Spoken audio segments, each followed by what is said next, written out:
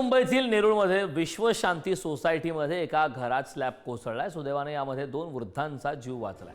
मात्र 70 वर्षाच्या आजीला दुखापत झाली।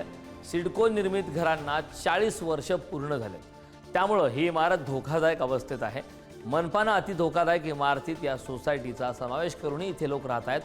सोसायटी कमिटीचा वाद आणि मनपाच्या धोरणामुळे 210 कुटुंबांचा जीव हा टांगणीला लागला।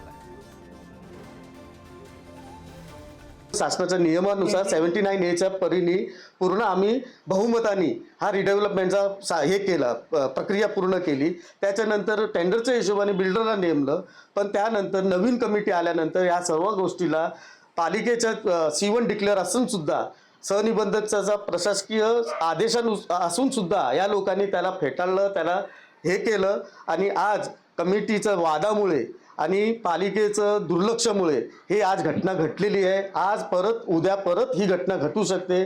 आज नाही तर गोरगरीब इथे मरू शकतात। सोडायला पण तयार झाले ते आम्ही पण सोडलेले आहे, पण आता भाडं ह्यांनी थांबवल्यामुळे हे इथे राहणारे जे लोक आहेत ते सर्वसामान्य लोक आहेत। कळलं? ते तेवढं भाडं भरून कसं हे राहू शकतं। आता आम्ही सुद्धा दोघंही रिटायर्ड आहेत, पण तरी पण भाडं FD मोडून हे करून आम्ही भाडं भरतोय। हां, मग ते हे जे आहे हे करणं चुकीचं आहे ना। हे सोसायटीने तुम्हाला निवडून देईल, पण सोसायटीच्या बाजूनी काम केलं पाहिजे ना।